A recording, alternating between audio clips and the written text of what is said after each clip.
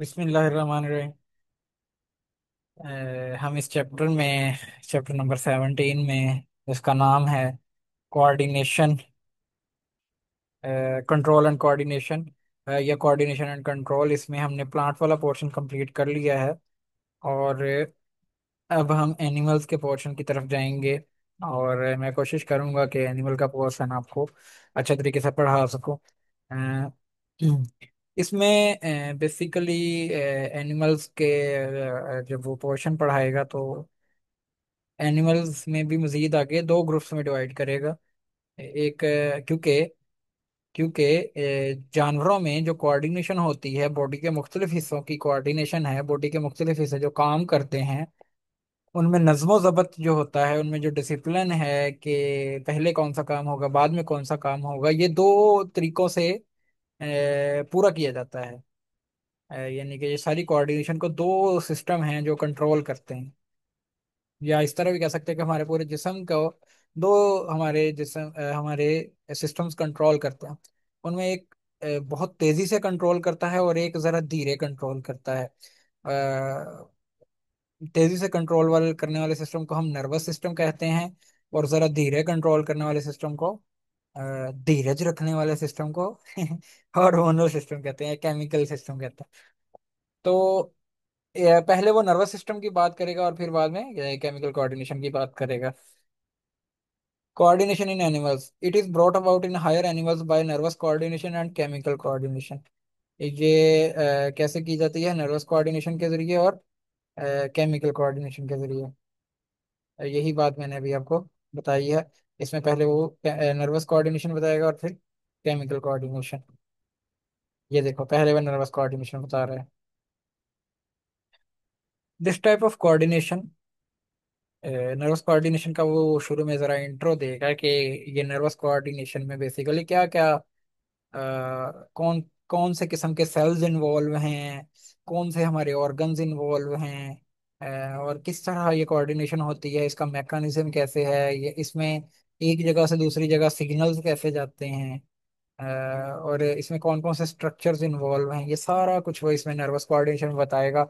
और ये तकरीबन आपका जो आधा चैप्टर है वो कंप्लीट हो जाएगा जब हम नर्वस कोऑर्डिनेशन कंप्लीट करेंगे। तो प्लांट वाला पोर्शन तो बिल्कुल ही छोटा था, 6-7 पेजेस का।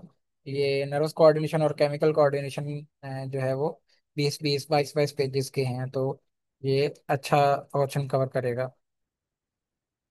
और नर्वस कोऑर्डिनेशन में कोशिश करूंगा 2 दिन में पढ़ा दूं, और यानी और फिर केमिकल कोऑर्डिनेशन भी मजीद 2 दिन में ही पढ़ा दो, तो संडे तक इंशाल्लाह ये कवर हो जाएगा। आप, मैं पहले भी बता चुका हूँ, आप मेरी वीडियोस को 1.5 की स्पीड से, यानी कि 1.5 गुना स्पीड करके देख सकते हैं।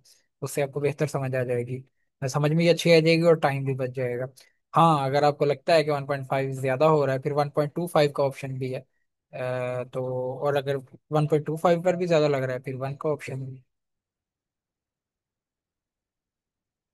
Nervous coordination, this type of coordination involves specialised sales.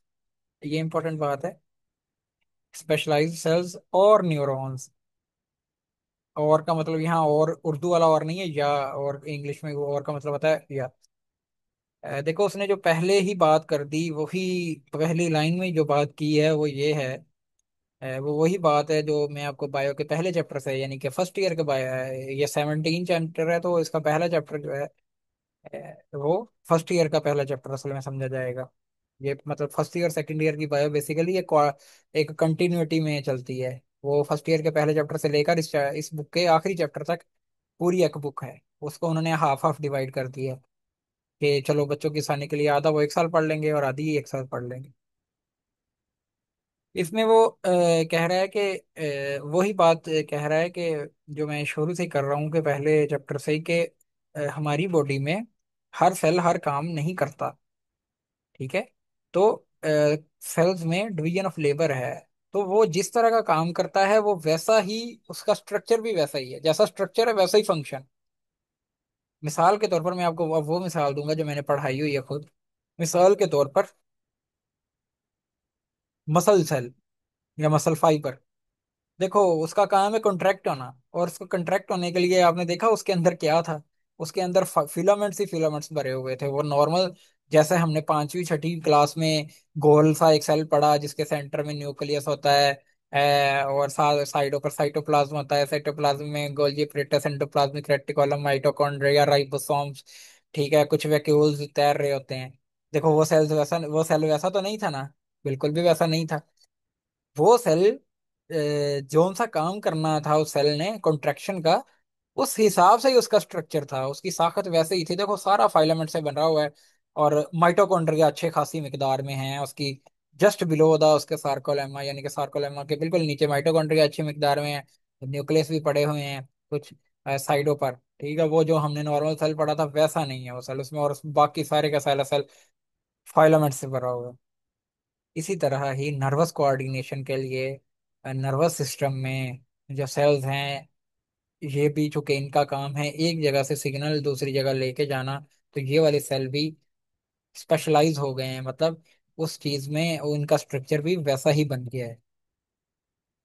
वो कैसे वैसा बन गया है ये मैं आगे आपको एक्सप्लेन करूंगा, इसलिए इनको स्पेशलाइज सेल का। और न्यूरॉन या उनका दूसरा, उन स्पेशलाइज सेल का दूसरा नाम न्यूरॉन्स भी है। लिंक्ड टुगेदर डायरेक्टली और via the central nervous system. और ये न्यूरॉन्स जो हैं ये एक दूसरे के साथ डायरेक्ट अटैच हो जाते हैं, या फिर सेंट्रल नर्वस सिस्टम के थ्रू भी अटैच हो सकते हैं। ये बात अभी थोड़ी सी आपको कम समझ आएगी ये नर्वस सिस्टम के एंड पर होने पे। हम इसी पहली लाइन को एक दफा दोबारा भी मैं पढ़ा दूंगा ताकि आपको समझ लग जाए कि तब तक के ये क्या बात हो रही है। To form network that connects the cell or organs which receive stimuli and those which carry out action or responses।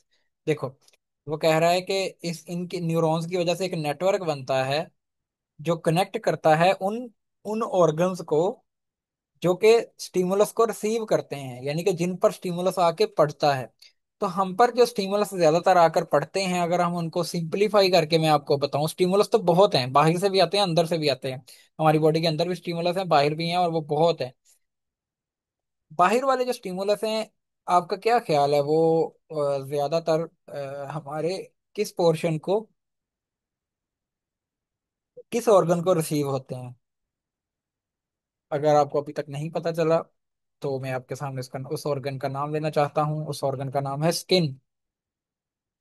ज्यादातर जो बाहर से स्टिमुलाई हैं वो हमारी स्किन को रिसीव होते हैं, जैसे कि लाइट हमारी स्किन पर पड़ती है, प्रेशर हमारी स्किन पर आता है, वाइब्रेशन हमारी स्किन को महसूस होती है, ठीक है। इसके अलावा जो लाइट है वो आंखों के जरिए रेटिना पर भी जाकर पड़ती है, वो भी हमारा सेंसरी ऑर्गन है, ठीक है, वो भी रिसेप्टर कहलाएगा। इसके अलावा खुशबू जो है हमारे नाक के जरिए, कुछ खास किस्म का एक स्ट्रक्चर पड़ा होता है जिसको हम ऑल्फैक्टरी कहते हैं, ऑल्फैक्टरी सिस्टम, ठीक है। वो वहां पर तो ये हमारा रिसेप्टर हुआ, जो ऑल्फैक्टरी सिस्टम है, ठीक है। जुबान हमारी टेस्ट करने के लिए इस्तेमाल होती है, तो ये जुबान भी हमारा रिसेप्टर हुआ। तो इन रिसेप्टर से कुछ न्यूरॉन्स दिमाग तक सिग्नल लेके जाएंगे, और फिर दिमाग वापस सिग्नल भेजेगा कुछ दूसरे ऑर्गन्स तक, ताकि वो कुछ खास काम करें। मिसाल के तौर पर मैं एक सिंपल मिसाल दे रहा हूँ, और यही मिसाल आपकी बुक में भी आगे जाके वो बताएगा। मिसाल के तौर पर आप किचन में गए और आपने एक गर्म तवे पर आपका अचानक गलती से हाथ लग गया, तो जो हमारी स्किन के अंदर कुछ न्यूरॉन्स होंगे, कुछ न्यूरॉन्स वो कैसे होंगे ये मैं सारा आपको एक्सप्लेन करूंगा। वो सिग्नल लेके जाएंगे दिमाग तक, और दिमाग वापस हमारे बल्कि मैं यहाँ पर दिमाग वर्ड यूज कर दिया मैंने मुझे यहाँ पर सेंट्रल नर्वस सिस्टम का लफ्ज इस्तेमाल करना चाहिए दिमाग की बजाय, तो बेहतर होगा, क्योंकि मैं आगे जाकर इसको एक्सप्लेन करूंगा कि क्यों मैंने यहाँ दिमाग का वर्ड मुझे नहीं यूज करना चाहिए था। तो वो स्किन से सेंट्रल नर्वस सिस्टम में लेके आए। सेंट्रल नर्वस सिस्टम में बेसिकली ब्रेन और स्पाइनल कॉर्ड दोनों शामिल हैं, ठीक है। दिमाग में सिर्फ ब्रेन है, और सेंट्रल नर्वस सिस्टम में ब्रेन और स्पाइनल कॉर्ड दोनों शामिल है। स्पाइनल कॉर्ड आपका तो आपको पता चल गया होगा, ब्रेन से नीचे वर्टिब्रल कॉलम के दरमियान में से गुजरती हुई आती है, ठीक है, नीचे तक चक्रम तक जाती है, ठीक है। तो अब कुछ सिग्नल स्किन से जाएंगे न्यूरॉन्स के जरिए। न्यूरॉन्स बेसिकली सेल्स हैं, उनके जरिए सीएनएस तक। सेंट्रल नर्वस सिस्टम की शॉर्ट फॉर्म है सीएनएस। और सीएनएस से फिर मजीद कुछ सिग्नल्स जो हैं वो कुछ और न्यूरॉन्स के जरिए मसल्स तक आएंगे। कौन से मसल्स तक आएंगे?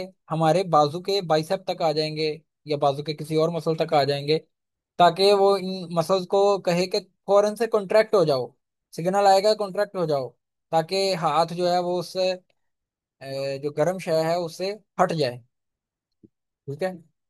तो ये इस तरह न्यूरॉन्स देखो कनेक्शन हो रहा है। इधर से जाने वाले न्यूरॉन सेंट्रल नर्वस सिस्टम के थ्रू, जो वापस आने वाले न्यूरॉन्स हैं उनके साथ कनेक्शन बना रहे हैं। The neuron has the capacity to generate and conduct impulses which travel across the synapse and pass from the receptors to the effector, brings about nervous coordination।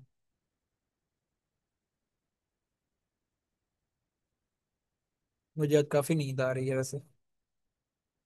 जो न्यूरॉन्स होते हैं वो उनके पास कैपेसिटी होती है कि वो जनरेट करें यानी पैदा करें, और फिर कंडक्ट भी करें यानी कि आगे भी लेकर जाएं इसको। इम्पल्स कहते हैं उस सिग्नल को जो कि जा रहा है उनके through. Which travel across the synapse, ये साइनैप्स क्या होता है ये भी मैं and pass from the receptor to the effector, brings about nervous coordination. तो इसको अगर मैं आपको इसकी पिक्चर ही दिखा दूं इजी करने के लिए, तो अभी से ही, ये पिक्चर तो आगे भी यूज होगी लेकिन मैं चाहता हूँ कि अभी से ही तो दिखा दूं।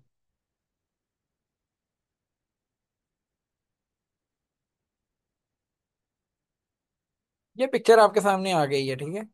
अरे ये बड़ी नहीं हुई, अब हो गई। ये देखो, ये हमारी उंगली दिखाई हुई है, उंगली के अंदर कुछ रिसेप्टर हैं। ये रिसेप्टर बेसिकली न्यूरॉन्स ही हैं। ठीक है। ये न्यूरॉन देखो, ये सिग्नल गया, ये सिग्नल गया। ये अब दरमियान वाली चीजें छोड़ दो। ये न्यूरॉन के जरिए सिग्नल गया, और ये स्पाइनल कॉर्ड, मैंने आपको बताया था ना, जिस जब ये बटरफ्लाई वाली शेप आ जाए तो समझो स्पाइनल कॉर्ड। ये स्पाइनल कॉर्ड तक गया, और स्पाइनल कॉर्ड में आगे फिर कनेक्शन बन गया। अच्छा, ये स्पाइनल कॉर्ड में एक स्पाइनल कॉर्ड के अपना न्यूरॉन, स्पाइनल कॉर्ड भी बेसिकली न्यूरॉन से ही मिलकर बनी होती है, तो स्पाइनल कॉर्ड के अंदर कुछ और न्यूरॉन्स में के साथ ही के पास ही गया सिग्नल, उनको हम इंटर न्यूरॉन कहते हैं। उन इंटर न्यूरॉन से आगे फिर मजीद कुछ और न्यूरॉन तक गया, और फिर इन न्यूरॉन ने जाकर मसल तक सिग्नल पहुंचाया। ठीक है। तो ये जो न्यूरॉन दिमाग की तरफ या सीएनएस की तरफ सिग्नल लेकर जा रहे हैं, इनको हम कहते हैं सेंसरी न्यूरॉन। ये लिखा भी हुआ है। ठीक है, ये लिखा हुआ है। और जो दिमाग इसे सीएनएस से बाकी बॉडी की तरफ लेके आ रहे हैं सिग्नल, उनको हम कहते हैं मोटर न्यूरॉन। ये बात आपको याद करनी है। ठीक है। और ये जो मोटर न्यूरॉन है ये आके देखो मसल को कॉन्ट्रैक्ट करवाएंगे। अब ये वाला जो हिस्सा है जो सेंस कर रहा है, ये जिस पर स्टिमुलाई आकर, स्टिमुलाई यहाँ पर गर्म चीज है, तो जिस पर आकर स्टिमुलाई आकर एक्ट कर रहा है, इसको हम कहते हैं सेंसरी ऑर्गन। और जो उस और जो इसकी वजह से हरकत कर रहा है यानी मसल जो है, उसको हम कहते हैं इफेक्टर ऑर्गन। ठीक है। बाकी जो चीजें हैं ये आपको आगे समझाऊंगा मैं।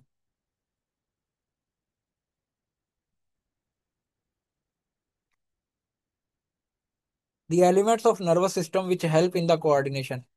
जो एलिमेंट है नर्वस सिस्टम के जो कोऑर्डिनेशन करवाते हैं वो तीन हैं: रिसेप्टर, न्यूरॉन्स और इफेक्टर्स। ठीक है। इसमें एक रिसेप्टर ऑर्गन होता है जैसे कि स्किन है, न्यूरॉन्स हैं जो सिग्नल लेके जाते हैं, और इफेक्टर्स हैं जैसे मसल। अच्छा, बच्चे ना इसमें थोड़ा सा कंफ्यूज रहते हैं ये रिसेप्टर्स के मामले में, कि क्या रिसेप्टर्स स्किन है या फिर न्यूरॉन्स हैं। असल में होता कुछ यूं है कि चले मैं इसको पढ़ता हूँ फिर आपको पढ़ता पता लगेगा ये रिसेप्टर होते क्या हैं असल में। क्या ये न्यूरॉन है या स्किन का कोई हिस्सा है? जो रिसेप्टर जिसको हम कहते हैं, the neuron fibres and cell bodies can be excited by small electric shocks, mechanicals, chemical and light temperature stimuli. वो कह रहा है कि जो न्यूरॉन यानी कि जो न्यूरॉन का सेल है उसके उसके आगे से कुछ फाइबर निकले होते हैं, या न्यूरॉन का जो सेल है, फाइबर नहीं निकले होते, न्यूरॉन के सेल को या फिर उनकी सेल बॉडीज न्यूरॉन की कौन सी होती हैं ये भी मैं बताता हूँ। वो कह रहा है इनको एक्साइट किया जा सकता है, इनको इनमें इनमें इम्पल्स पैदा की जा सकती है, इनमें सिग्नल पैदा किया जाता है, मतलब नर्व सेल्स, न्यूरॉन्स में एक सिग्नल पैदा किया जा सकता है। किस किस किस तरह से? कोई इलेक्ट्रिक शॉक से, कोई हरकत करने वाली चीज से, कोई केमिकल से, लाइट से, या फिर टेम्परेचर की कुछ चेंजेस से। Receptors detect changes in external and internal environment of the animal. और रिसेप्टर्स क्या करते हैं? वो चेंजेस को डिटेक्ट करते हैं, ठीक है, उनको जांचते हैं, उनको महसूस करते हैं। और चेंजेस जरूरी नहीं एक्सटर्नल इन्वायरमेंट में ही हो, इंटरनल में भी हो सकती है। यहाँ पर तो जो है इस डायग्राम में तो एक्सटर्नल इन्वायरमेंट, यानी बाहर से यहाँ पर आग फर्श कर लगी है, सुई चुभ गई, तो ये तो एक्सटर्नल इन्वायरमेंट है। लेकिन हमारी बॉडी के अंदर भी कुछ ऐसे हो सकता है, उनको फिर हम इंटरनल स्टिमुलस कहते हैं। लेकिन आपकी बुक में ज्यादातर उसने एक्सटर्नल इन्वायरमेंट को ही बुनियाद बनाया, क्योंकि ये समझाना थोड़ा सा आसान है।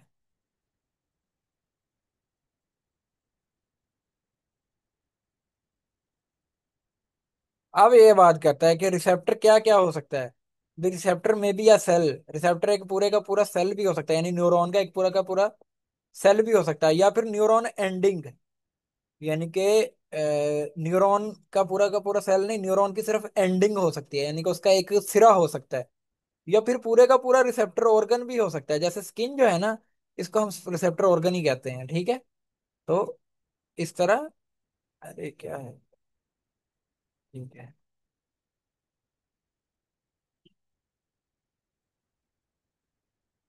ठीक है। तो स्किन भी रिसेप्टर ऑर्गन, तो स्किन है रिसेप्टर, यानी कि रिसेप्टर मतलब तीन किस्म के हो सकते हैं, या तो सेल हो सकता है, न्यूरॉन का सेल एक हो सकता है, या फिर उसकी एंडिंग हो सकती है, या फिर स्किन भी पूरी की पूरी रिसेप्टर के तौर पर काम कर सकती है। रिसेप्टर की क्लासिफिकेशन लिखी है, रिसेप्टर की क्लासिफिकेशन लिखी है उस हिसाब से कि जिस हिसाब से वो रिसेप्टर कौन सी चीजों को डिटेक्ट कर पाएंगे, किस किस्म के स्टिमुलस को डिटेक्ट कर पाएंगे, कौन सी चेंजेस को डिटेक्ट कर पाएंगे। मतलब कीमो रिसेप्टर है, ये वो वाले रिसेप्टर हैं। रिसेप्टर्स बेसिकली, रिसेप्टर का आप तो समझ लगे हो ना, रिसेप्टर जो बाहर के स्टिमुलस को रिसीव करते हैं, इसलिए उनको रिसेप्टर कहते हैं। बाहर के स्टिमुलस को रिसीव करते हैं, उनको महसूस करते हैं, उनको डिटेक्ट करते हैं, इस वजह से उनको रिसेप्टर कहते हैं। तो कीमो रिसेप्टर वो हैं जो कि केमिकल्स को रिसीव करते हैं, केमिकल को डिटेक्ट करते हैं। दीज आर फॉर, केमिकल कौन कौन से हैं? स्मेल का केमिकल, स्मेल भी बेसिकली किसी ना किसी केमिकल की वजह से होती है हमारे इन्वायरमेंट में। टेस्ट, टेस्ट तो बेसिकली किसी एनवायरनमेंट की वजह से होगा ना। इसी के अलावा इंटरनल एनवायरनमेंट में अगर देखें, कुछ रिसेप्टर्स हैं जो ब्लड के अंदर कार्बन डाइऑक्साइड, ऑक्सीजन वगैरह को डिटेक्ट करते हैं, ग्लूकोज, अमाइनो एसिड और फैटी एसिड को डिटेक्ट करते हैं। ये सारे इंटरनल यानी कि इन्वायरमेंट के स्टिमुलस को डिटेक्ट कर रहे हैं। और रिसेप्टर्स इन हाइपोथैलेमस, ये बेसिकली जो उसने carbon dioxide, oxygen, glucose, amino acid और फैटी एसिड है ना, इनके लिए ये बात की है, ये रिसेप्टर्स इन हाइपोथैलेमस की। यानी कि ये वाले जो चीजें हैं ये डिटेक्ट होती हैं हाइपोथैलेमस में। हाइपोथैलेमस बेसिकली क्या है? हाइपोथैलेमस जो है वो हमारे दिमाग का एक हिस्सा है, ठीक है। आगे जाकर मैं इसको मजीद भी एक्सप्लेन करूंगा कि ये कहाँ पड़ा होता है, क्या क्या होता है। तो हाइपोथैलेमस में ये carbon dioxide, oxygen, glucose, minus और फैटी एसिड डिटेक्ट होते हैं, तो ये रिसेप्टर हो गया। स्मेल और टेस्ट कहाँ डिटेक्ट होती है? स्मेल होती है नाक के अंदर, और टेस्ट डिटेक्ट होता है जुबान के अंदर। तो ये वहां पर कुछ न्यूरॉन्स होंगे जो इनको डिटेक्ट करेंगे, उन न्यूरॉन्स को हम कीमो रिसेप्टर्स कहते हैं। इसी तरह मैकेनो रिसेप्टर की बात आ गई। Mechano receptor these detect stimuli of touch. ये मैकेनो रिसेप्टर एक तो टच को डिटेक्ट करेंगे। मैकेनो रिसेप्टर के बारे में बात बहुत एक्सप्लेन करता है वो आगे भी। प्रेशर, प्रेशर को, हियरिंग एंड इक्विलिब्रियम। इसके अलावा सुनने का जो सुनने वाले हैं ना, उनको भी मैकेनो रिसेप्टर ही कहते हैं। उसकी वजह यह है कि सुनना, साउंड की भी वेव्स होती हैं, और ये भी कान में जाकर हरकत करवाती हैं, तीन एयर ड्रम की हरकत करवाती हैं। तो वहां से जो रिसेप्टर होते हैं उनको हम मैकेनो रिसेप्टर कहते हैं। इक्विलिब्रियम भी बेसिकली कान के थ्रू ही होता है, हमारा जो हमारी बॉडी सीधी रहती है, तो ये भी कान के थ्रू ही होता है। इसी वजह से कान में कभी कभी पानी भर जाने से बंदे को वैसे ही चक्कर आने शुरू हो जाते हैं। आपको ये सुनकर हैरानी होगी कि हमारी जो बॉडी खड़ी रहती है सीधा सीधा और हम गिरते नहीं है, ये कान के कान के वजह से होता है। कान में एक सिस्टम होता है, उसकी वजह से होता है। और जो हम घूमते हैं तो हम घूम कर जब रुकते हैं फिर भी हमें चक्कर आते हैं और हम गिर जाते हैं। ये भी कान में एक फ्लूइड होता है, वो जब हम घूमते हैं तो वो तेजी से घूमना शुरू कर देता है बंदे के साथ साथ। और जब हम रुकते हैं तो वो रुकता नहीं है, क्योंकि फ्लूइड है ना, पानी है, वो हल्का सा हरकत कर ही रहा होता है। तो उसकी वजह से क्या होता है कि बंदा जो है वो चक्कर खा के गिर जाता है। अच्छा, ये मैकेनो रिसेप्टर की क्या क्या किस्में हो सकती हैं? इसमें फ्री नर्व एंडिंग्स हो सकती हैं, expanded tip endings and stray endings. ये तीनों किस्म के मैकेनो रिसेप्टर्स हो सकते हैं। मैं आपको थोड़ी सी इसकी पिक्चर दिखाता हूँ, आपको पता लगेगा फ्री नर्व एंडिंग्स और ये कैसी होती है।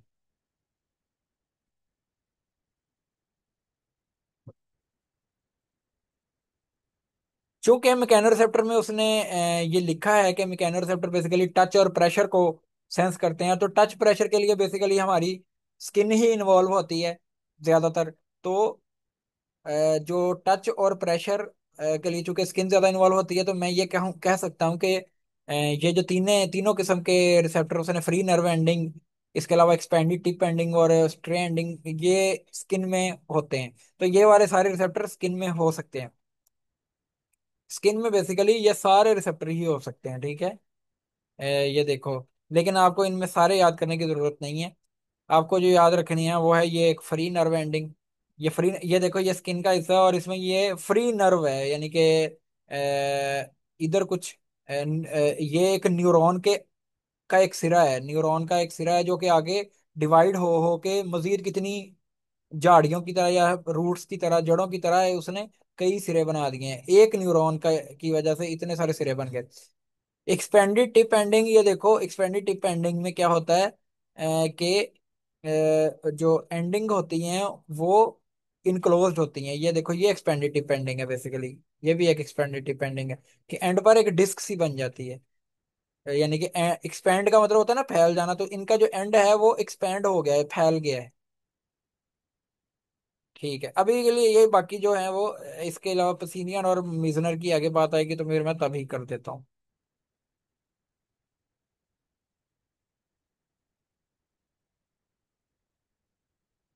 तो ये सारे एक्सपेंडिड स्ट्रे एंडिंग की मेरे मुझे कोई पिक्चर नहीं मिली। अलबत्ता ये भी कुछ इस तरह की ही नर्व की एंडिंग्स होती हैं। ये देखो, इनकी इनके नाम में ही जिक्र हुआ हुआ है एंडिंग्स का। एंडिंग्स का मतलब ये है कि न्यूरॉन्स जो है ना, न्यूरॉन है पूरा, उसके जो आखिरी वाला हिस्सा है उसको एंडिंग कहते हैं। मिसाल के तौर पर मेरे पास पिक्चर है एक मजीद, मैं उसको उससे आपको जाहिर करने की कोशिश करता हूँ।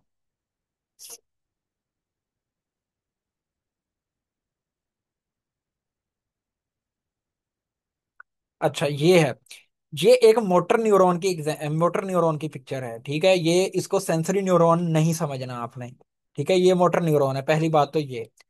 लेकिन एंडिंग इसमें भी है।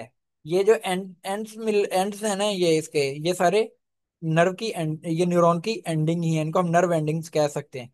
लेकिन ये एक मोटर न्यूरॉन है, ये सेंस नहीं करता, ये सेंसरी न्यूरॉन नहीं है। सेंसरी न्यूरॉन वो होता है जो दिमाग की तरफ लेके जाता है, लेकिन मोटर न्यूरॉन वो होता है जो दिमाग से लेके जाता है दूसरे हिस्से की तरफ। मैं चाहता हूँ कि सेंसरी न्यूरॉन आपको दिखाऊं। सेंसरी न्यूरॉन कहाँ मिलेगा भाई?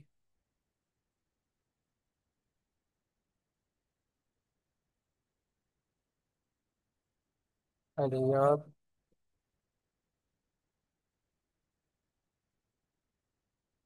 अच्छा, आपकी बुक में ही ना, उसने आगे जाके एक पिक्चर बना।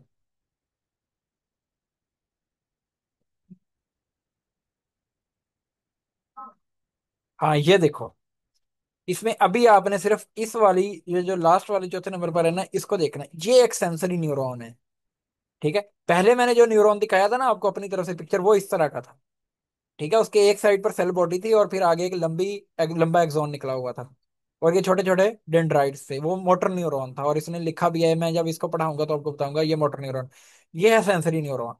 ठीक है। सेंसरी न्यूरॉन में देखो जो सेल बॉडी है, ये भी सेल बॉडी है, ये भी सेल बॉडी है, इसमें देखो सेल बॉडी एक साइड पे, इसमें देखो सेल बॉडी दरमियान में है, और उससे एक एक चीज निकल रही, एक डंडा निकल रहा है, और फिर वो डंडा डिवाइड हो रहा है दोनों साइडों पर। ठीक है। एक साइड पर वो जाकर कुछ इस तरह की एंडिंग्स बनाता है, ये देखो, डिवाइड हो होकर एंडिंग्स बनाता है। ठीक है। उन एंडिंग्स को हम कहते हैं फ्री फ्री नर्व एंडिंग्स या एक्सपेंडेड टिप एंडिंग्स। आगे वो एंडिंग्स की शेप जिस तरह की होगी ना, मतलब उन आखिर वाले सिरों की शेप जिस तरह की होगी, उनकी शक्ल जिस तरह की होगी, हम उस हिसाब से उनका नाम देंगे। फ्री नर्व भी कह सकते हैं, एक्सपेंडेड टिप भी कह सकते हैं, लेकिन ये जो एंड पर बनाते हैं, ये देखो, ये रिसेप्टर सेल भी लिखा हुआ है इसने, तो ये इनमें जाकर एंड होती हैं, ये जो फ्री नर्व एंडिंग्स होती हैं।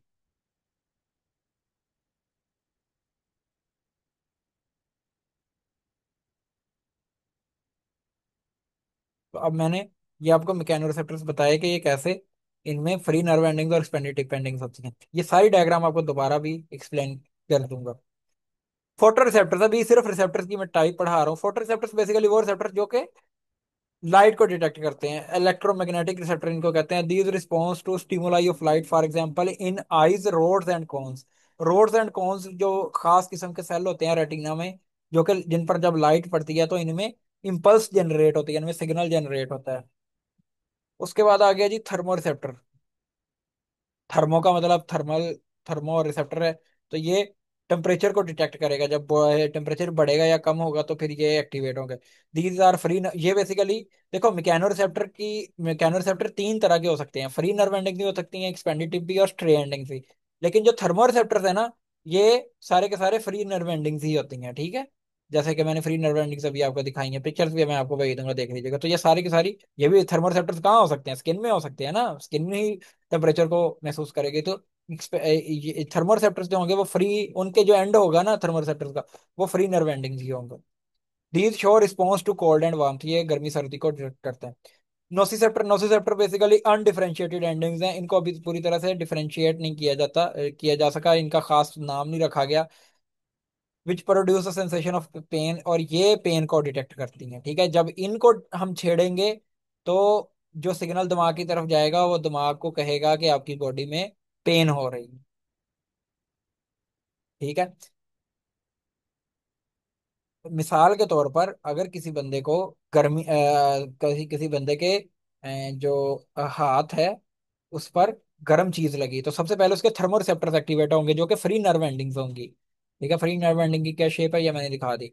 और साथ ही कुछ अनडिफरेंशिएटेड एंडिंग, मतलब कुछ दूसरी एंडिंग्स भी डिटेक्ट होंगी। तो थर्मल, जो फ्री नर्व एंडिंग्स जब एक्टिवेट होंगी तो ब्रेन को ये पता चल जाएगा कि बंदे का हाथ किसी जगह पर, गर्म जगह पर लगा है, तो फिर वो अपना काम करेगा, जो भी वो करेगा।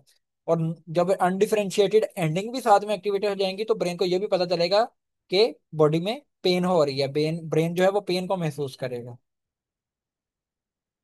ठीक है।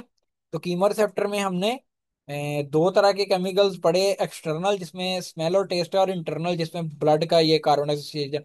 ये इंटरनल के लिए उसने सिर्फ दिया है, हाइपोथैलेमस डिटेक्ट करता है। मैकेनो के लिए बेसिकली उसने ये तीन किस्म की एंडिंग्स बताई हैं कि इनकी ये तीन किस्म की एंडिंग्स होती हैं। Photo receptors rods and cones हैं इसकी एग्जांपल्स, और थर्मो रिसेप्टर्स की उसने कहा कि ये भी फ्री नर्व एंडिंग्स होती हैं, और ये कोल्ड और वार्मथ को रिस्पॉन्स शो करती हैं। और नोसिसेप्टर बेसिकली अनडिफरेंशिएटेड एंडिंग्स होती हैं। इसमें मैं आपको एक बात बताऊं, इसमें एक बड़ी बारीक सी बात है, वो शायद मैं समझा सकूं, शायद मैं ना समझा सकूं। देखो, इन सब में कुछ में जो डिटेक्शन हो रही है स्टिमुलस की, वो नर्व एंडिंग्स करवा रही हैं, जबकि कुछ में कुछ खास किस्म के सेल्स हैं जो खुद ब खुद डिटेक्ट कर रहे हैं। जैसे कि मिसाल के तौर पर ये टच प्रेशर और हेयर को नर्व एंडिंग्स से डिटेक्ट कर रही हैं, हेयरिंग और इक्विलिब्रियम को। लेकिन फोटो रिसेप्टर को लाइट में कुछ नर्व एंडिंग्स नहीं है जो डिटेक्ट कर रही हैं, खास किस्म के सेल ही बने हुए हैं जो खुद जो डिटेक्ट करते हैं। और वो सेल्स आगे फिर न्यूरॉन्स को ट्रांसफर करते हैं सिग्नल। ठीक है। फिर वो सेल न्यूरॉन्स को आगे डिटेक्ट कर सिग्नल ट्रांसफर करते हैं। तो स्टिमुला, इसीलिए उसने कहा कि जो रिसेप्टर होते हैं वो एक पूरा का पूरा सेल भी हो सकता है या न्यूरॉन एंडिंग भी हो सकती है। ठीक है।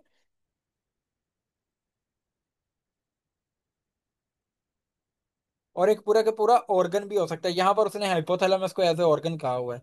यानी कि हालांकि ब्रेन हमारा पूरा ऑर्गन है, ब्रेन का एक हिस्सा जो है हाइपोथैलेमस, ये इसको भी हम एक अलग तौर से ऑर्गन समझ सकते हैं किसी हद तक, क्योंकि ये खुद की एक एंटिटी है।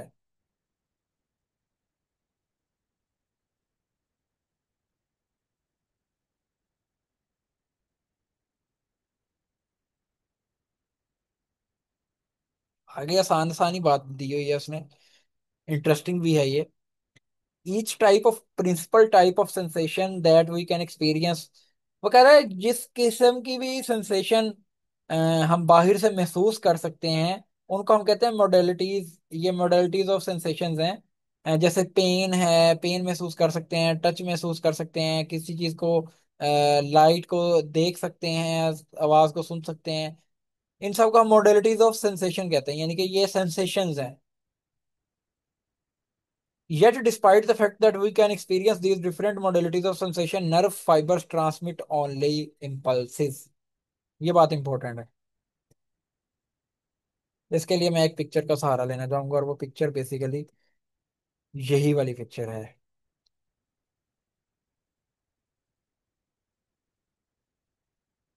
पिक्चर आपके सामने आ गई होगी। इस सारे में आगे वो डिस्क्राइब ये करता है कि हम मुख्तलिफ किस्म के जो सेंसेशंस हैं वो महसूस कर सकते हैं। लेकिन जो न्यूरॉन है ना, ये न्यूरॉन है, इसमें से सिर्फ, इसमें से तो सिग्नल ही पास होता है, यानी इसमें से नर्व इम्पल्स ही पास होती है। तो दिमाग को ये कैसे पता चलता है, यहाँ पर दिमाग नहीं बना हुआ, यहाँ पर स्पाइनल कॉर्ड बना है, तो दिमाग को पता कैसे चलता है कि को ये सिग्नल जो है ये पेन की वजह से हो रहा है, ये सिग्नल जो है वो कुछ चीज के टच करने की वजह से हो रहा है, ये सिग्नल जो सुई चुभने की वजह से हो रहा है, ये सिग्नल हीट की वजह से हो रहा है। कि दिमाग को कैसे पता चलता है, जबकि जाता तो सिर्फ एक सिग्नल ही है, और वो सिग्नल सारे न्यूरॉन्स में से एक जैसा ही जाता है। मतलब उसकी उस उसमें कोई हम चेंज डिफरेंस नहीं है कि टेम्परेचर का सिग्नल अलग किस्म का होगा, इसके अलावा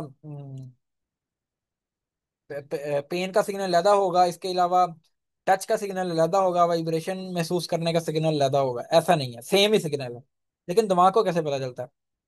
फिर वो बताता है कि बेसिकली इसकी वजह ये है कि यहाँ से जो सेंसेशन आएगी ना, जहां से पहली बात तो ये है कि जो टच सेंसेशन आएगी, उसको जो यहाँ पर रिसेप्टर होंगे, वो सिर्फ टच के जो रिसेप्टर होंगे ना, जो सिर्फ टच को महसूस कर सकते हैं, सिर्फ वही महसूस कर सकेंगे। पेन वाले नहीं महसूस कर सकेंगे, ना थर्मो रिसेप्टर महसूस कर सकेंगे, इसलिए तो अलग अलग हैं। तो टच वाले यानी मैकेनो रिसेप्टर्स महसूस कर पाएंगे, और मैकेनो रिसेप्टर्स आगे फिर सिग्नल्स जब भेजेंगे, तो वो ब्रेन के जिस हिस्से को सिग्नल भेजेंगे, वो उसी हिस्से को सिग्नल भेजेंगे जो कि टच वाले सिग्नल को महसूस कर सकता है। ब्रेन के भी उसी हिस्से को भेजेंगे। टच वाला जो सिग्नल है, वो कभी भी पेन वाले सिग्नल के पेन वाले सिग्नल का जो ब्रेन का हिस्सा जो पेन पेन वाले सिग्नल को महसूस कर सकता है ना, उसको उसकी तरफ नहीं जाएगा। टच वाला जो सिग्नल है, वो ब्रेन के टच वाले हिस्से की तरफ जाएगा। पेन वाला सिग्नल जो है वो ब्रेन के पेन वाले सिग्नल के हिस्से की तरफ जाएगा। ठीक है, यही बात आगे डिस्क्राइब करेगा। Yet, despite the fact that we experience these different modalities of sensation, वो कहता है कि ये तो हकीकत है कि हम मुख्तलिफ किस्म की सेंसेशंस महसूस करते हैं, लेकिन nerve fibres transmit only impulses. लेकिन जो नर्व फाइबर है, जो जो नर्व फाइबर बेसिकली न्यूरॉन्स का ही दूसरा नाम है। लेकिन ये जो नर्व फाइबर जो है ना, वो न्यूरॉन को कहते हैं, लेकिन जो नर्व है ना, वो न्यूरॉन को नहीं कहते। नर्व अलग चीज है, नर्व और नर्व फाइबर में फर्क है। नर्व फाइबर एक न्यूरॉन के बराबर, एक नर्व फाइबर एक न्यूरॉन के बराबर है। ठीक है, लेकिन नर्व जो है ना, वो न्यूरॉन के बराबर नहीं है। वो कह रहा है जो नर्व फाइबर्स है ना, ये तो सिर्फ इम्पल्सिस ही ट्रांसमिट करते हैं। हालांकि हम मुख्तलिफ किस्म की सेंसेशन महसूस करते हैं, लेकिन नर्व फाइबर्स तो सिर्फ नर्व इम्पल्स ही ट्रांसमिट करते हैं। How is it that different nerve fibres transmit different modalities of sensation? वो कहता है कि डिफरेंट जो नर्व फाइबर्स हैं, यानी कि पेन वाले नर्व फाइबर, इसी तरह टच वाले, वाइब्रेशन वाले, और कीमो कीमो केमिकल्स वाले, टेस्ट वाले, स्मेल वाले, ये मुख्तलिफ मुख्तलिफ किस्म की जो सेंसेशन है उनको कैसे ट्रांसमिट करते हैं, उसका उसने जवाब ये दिया है। Each nerve track terminates at a specific point in the CNS. यही वो बात कर रहा, मैं कह रहा था कि हर जो नर्व फाइबर है ना, हर जो नर्व सॉरी नर्व फाइबर जो नर्व, हर नर्व जो ट्रैक है, यानी कि न्यूरॉन्स का जो रास्ता है, वो दिमाग में एक खास जगह पर जाकर खत्म होता है। And the type of sensation is determined by the point in the nervous system to which the fibre leads. यही बात है कि ये सेंसेशन कौन सी हमारी बॉडी को महसूस होगी, हमारे दिमाग को महसूस होगी, ये इस बात पर डिपेंड करता है कि वो जो फाइबर है वो दिमाग के किस हिस्से तक गया है। अगर, मैं मिसाल दे रहा हूं, अगर ऐसा हो जाए, अगर हम ऐसा कर लें, अगर हम कोई इतनी बड़ी कम्प्लेक्स सर्जरी कर दें और ऐसा कर दें कि जो टच वाले सिग्नल है ना, जो टच वाले सिग्नल है वो हम दिमाग के पेन वाले एरिया को, जो टच वाले फाइबर है वो दिमाग के पेन वाले एरिया तक सिग्नल ले जाना शुरू कर दें हम, टच वाले जो फाइबर है ना जाके दिमाग के पेन वाले एरिया को अटैच कर दें, तो वो जितनी दफा बंदे को टच करेंगे बंदे को उतनी दफा ही उतनी पेन होगी। ठीक है, बंदे को पेन होनी शुरू हो जाएगी। हालांकि वो देखो फाइबर भी टच वाला है और हुआ भी टच ही है, उसको हम टच भी कर रहे हैं, लेकिन बंदे को पेन होगी क्योंकि दिमाग का हिस्सा डिसाइड करेगा कि बंदे को क्या चीज महसूस होनी है। अब तो मेरा ख्याल समझ लग गई हो तो। सो touch stimulus is carried by nerve impulse in the touch area of the brain. यही बात है कि जो टच इम्पल्स है वो दिमाग के टच वाले एरिया की तरफ सिग्नल लेके जाती है। Similarly fibres from the retina, eyes यानी रेटिना, रेटिना क्या होता है ये, मेरा ख्याल है इसी, कहाँ लिखा हुआ है, आइस का स्ट्रक्चर मुझे नहीं याद कि कहाँ लिखा हुआ है, लेकिन लिखा होगा कहीं ना कहीं। Similarly fibres from the eyes terminate in the visual cortex of the brain. ये दिमाग का एक हिस्सा है, विजुअल कॉर्टेक्स, ये पीछे की तरफ दिमाग का एक हिस्सा होता है। ठीक है, तो यहाँ बेसिकली जो आंखों से सिग्नल जाते हैं ना, रेटिना से सिग्नल, दिमाग के आंख के पर्दे को कहते हैं रेटिना, तो इस पर्दे से, रेटिना से जो सिग्नल जाते हैं वो विजुअल कॉर्टेक्स जाते तक, विजुअल कॉर्टेक्स तक जो मतलब आंख से के पर्दे से जो सिग्नल जाते हैं ना वो विजुअल कॉर्टेक्स की तरफ जाते हैं। तो विजुअल कॉर्टेक्स जो है वो दिमाग का ऐसा हिस्सा है जो हमें देखने में मदद देता है। तो यहाँ तक जो बात की है, मैं इसको दोबारा रिवाइज कर दूं कि जिस किस्म की सेंसेशन होगी वो उसी किस्म के नर्व फाइबर डिटेक्ट करेगा, और वो उसी किस्म का जो नर्व फाइबर है वो दिमाग के भी फिर उसी किस्म के एरिया तक लेके जाएगा, फिर हमें वो सेंसेशन वही महसूस होगी।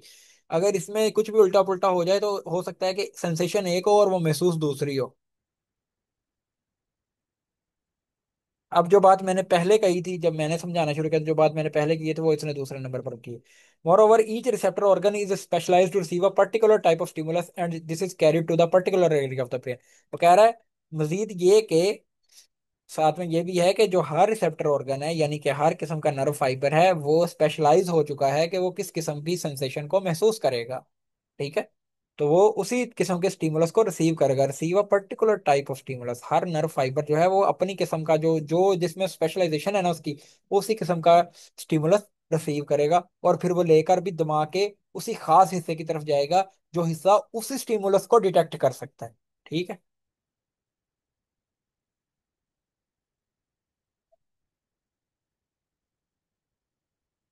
अच्छा, ये नीला डब्बा भी पढ़ लेते हैं।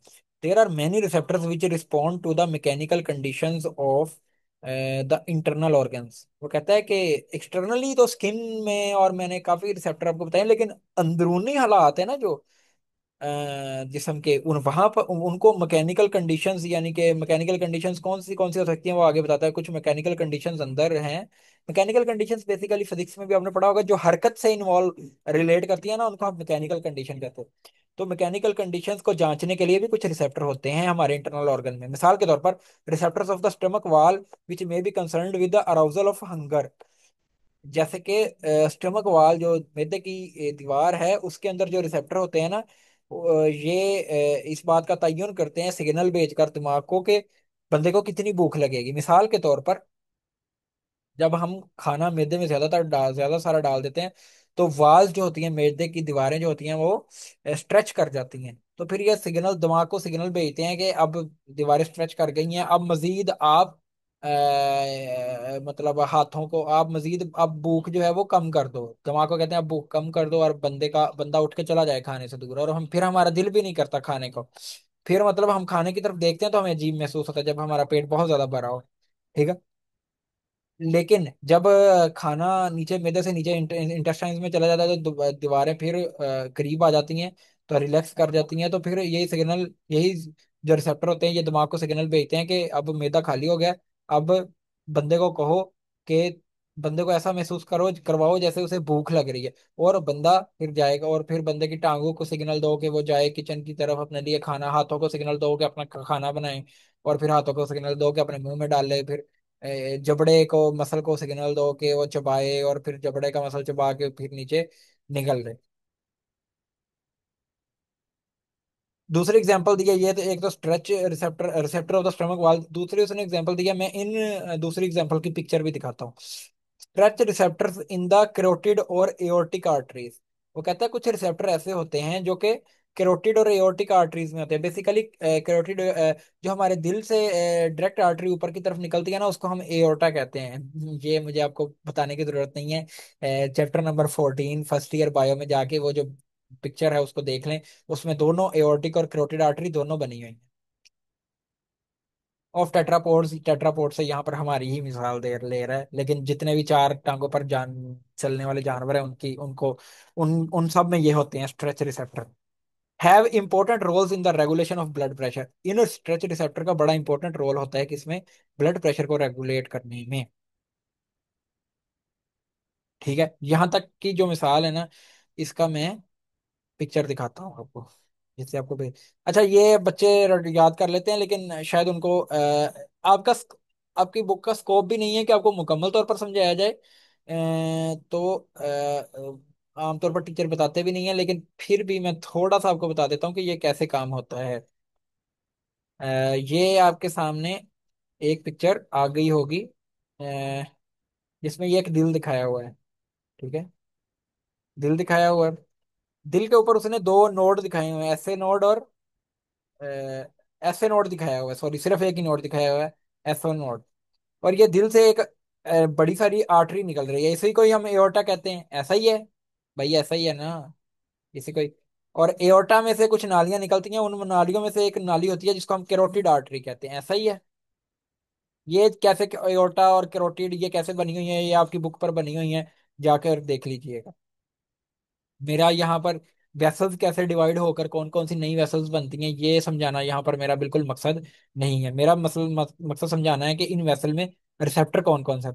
ये देखो, एओर्टा में जो रिसेप्टर है ना उसको हम बैरो रिसेप्टर कहते हैं, इस वजह से इसको BR लिखा हुआ है, बैरो बैरो। बैरो वर्ड प्रेशर के लिए यूज होता है, प्रेशर के लिए, क्योंकि ये ब्लड प्रेशर को जो चूंकि मेंटेन करवाते हैं तो इसको बैरो रिसेप्टर कहते हैं। इसी तरह कैरोटिड में भी, ये कैरोटिड को भी यहाँ से, कैरोटिड जहाँ से शुरू होती है, ये दो कैरोटिड हैं, ये इंटरनल और ये एक्सटर्नल कैरोटिड। कैरोटिड यहाँ से शुरू होती है, यहाँ पर भी एक बल्ब सा बना होता है, मतलब बल्ब मतलब थोड़ा सा डायलेशन सी हुई होती है, थोड़ी मोटाई होती है, यहाँ पर भी बैरो रिसेप्टर होते हैं। होता कुछ यूं है कि जब जब प्रेशर ज्यादा होता है ना ब्लड का, यानी कि दिल बड़ी जोर जोर से पंप कर रहा होता है प्रेशर, तो ये बैरो रिसेप्टर जो होते हैं ना, इनको सिग्नल जाता है, इन बैरो रिसेप्टर को भी और इनको भी, ये सिग्नल भेजते हैं दिमाग की तरफ। ठीक है। और दिमाग जो है ना कि प्रेशर, ब्लड प्रेशर बहुत ज्यादा है, ठीक है, बंदे के जिस्म को नुकसान पहुंच सकता है, तो फिर दिमाग जो है वापस सिग्नल भेजता है, कहाँ, किसको, ऐसे नोड को। ऐसे नोड का काम क्या होता है, ऐसे नोड जो है वो दिल की धड़कन जो है उसको कम ज्यादा कर सकता है, यानी कि कितनी दफा दिल एक मिनट में धड़केगा ना उसको कम ज्यादा कर सकता है, ऐसे नोड का ये काम होता है। और एक सिग्नल तो ये देखो ऐसे नोड को आ गया दिमाग की तरफ से, और ये सारा दिमाग और स्पाइनल कॉर्ड नीचे चल रही है, और स्पाइनल कॉर्ड से भी कुछ सिग्नल जाएंगे, ये देखो हार्ट की तरफ, हार्ट की ऐसे नोड भी हार्ट का ही हिस्सा है, लेकिन ये जो सिग्नल जा रहे हैं ये खास तौर पर दिल की दीवारों की तरफ जा रहे हैं, दिल के अंदर जो मसल है ना, दीवारों के अंदर जो मसल है उनकी तरफ जा रहे हैं। और ये इनको क्या सिग्नल देंगे, मतलब इस कंडीशन में ब्लड प्रेशर बढ़ा हुआ है, तो दिमाग एक तो ये सिग्नल देगा ऐसे नोड को कि आप एक मिनट में कम धड़को, यानी कि पहले अगर आप 100 दफा धड़क रहे हो तो आप 70 दफा धड़को। दूसरा सिग्नल स्पाइनल कॉर्ड से जाएगा दिल की दीवारों के अंदर जो मसल है उनकी तरफ, और उनको कहेगा कि जरा कम फोर्स से कंट्रैक्ट करो, फोर्स ऑफ कंट्रैक्शन कम कर दो जरा, कम मजबूती से कॉन्ट्रैक्ट करो, जरा कम स्ट्रेंथ से कॉन्ट्रैक्ट करो। ठीक है। तो फिर दिल जरा आहिस्ता कॉन्ट्रैक्ट करेगा, आहिस्ता मतलब इतना जोर नहीं लगाएगा, पंपिंग एक्शन इतना स्ट्रांग नहीं होगा। ठीक है। ये दो चीजें। ठीक है। ऐसे नोड से चूंकि दिल की धड़कने की रफ्तार जो है वो कम हो जाएगी, और इससे दिल के धड़कने या हार्ट हार्ट की मसल को सिग्नल पहुंचने की वजह से दिल के धड़कने की ताकत में कमी आ जाएगी, स्ट्रेंथ में कमी आ जाएगी। और एक सिग्नल जो है ना, ये ब्लड वेसल को भी दिखाया हुआ है। ठीक है। ये समझना आपके लिए जरूरी नहीं है, लेकिन फिर भी बता देता हूँ कि ब्लड वेसल को फिर ये सिग्नल जो जाएगा वो ये जाएगा, ब्लड वेसल के अंदर जो मसल होते हैं ना, जो मैंने दिखाए थे ब्लड वेसल के अंदर, अंदर एंडोथीलियम होती है। अभी बता ही देता हूँ ताकि आपको मजीद समझ लग जाए। ऐसे अंदर अंदर एंडोथीलियम होती है ना, ऐसे अंदर एंडोथीलियम सेल होते हैं ब्लड वेसल के अंदर, और इसके बाहर मसल पड़े होते हैं ये। ठीक है, ऐसे मसल पड़े होते हैं, और इसके बाहर कुछ फाइबर्स पड़े होते हैं, फाइब्रोसिस एडवेंटिशिया जिसे कहते हैं। ठीक है। फाइब्रोसिस हुई होती है। अब ये जो मसल हैं, ये मसल हैं, इनको ये सिग्नल जाएगा, ये देखो ये सिग्नल इनको ही जा रहा है यहाँ से मैं, ये सिग्नल बेसिकली इन इस ब्लड वेसल की तरफ जा रहा है। तो इन मसल को जाएगा और इनको कहेगा जरा रिलैक्स हो जाओ। जब ये रिलैक्स हो जाएंगे तो ये ब्लड वेसल जरा खुल जाएगी। ये जब अगर पहले ये मतलब इसकी इतने हिस्से में ब्लड था ना, पहले इतने हिस्से में, तो तब ये खुलकर ये इसका जो अंदर वाला सर्कल है वो इतना बड़ा हो जाएगा, मिसाल के तौर पर। ये एंडोथेलियल सेल में दोबारा बना देता हूँ। ठीक है। ये मसल अब, ये वाले जो मसल हैं, ये अब रिलैक्स हो गए। ठीक है। और जिसकी वजह से ये ब्लड, चूंकि ल्यूमन बढ़ गया है ब्लड वेसल का, तो इससे भी ब्लड प्रेशर कम हो जाता है, क्योंकि जो ब्लड प्रेशर होता है ना बेसिकली, वो ब्लड वेसल की दीवार पर जो प्रेशर है ना, ये जो प्रेशर पड़ रहा है, इससे हम ब्लड प्रेशर मॉनिटर करते हैं। ठीक है। तो ये तीन तरीकों से ब्लड प्रेशर कम कर देता है। ऐसे नोड कहता है हार्ट को कि कम रफ्तार से धड़को, हार्ट की वाल्स के अंदर जो मसल होते हैं वो कम स्ट्रेंथ से कॉन्ट्रैक्ट होते हैं, और ब्लड वेसल्स के जो मसल होते हैं वो रिलैक्स हो जाते हैं, और ल्यूमन ब्लड वेसल्स का बढ़ जाता है। अब मेरा ख्याल मैंने काफी समझा दिया। इस तरह से ब्लड प्रेशर कम हो जाता है।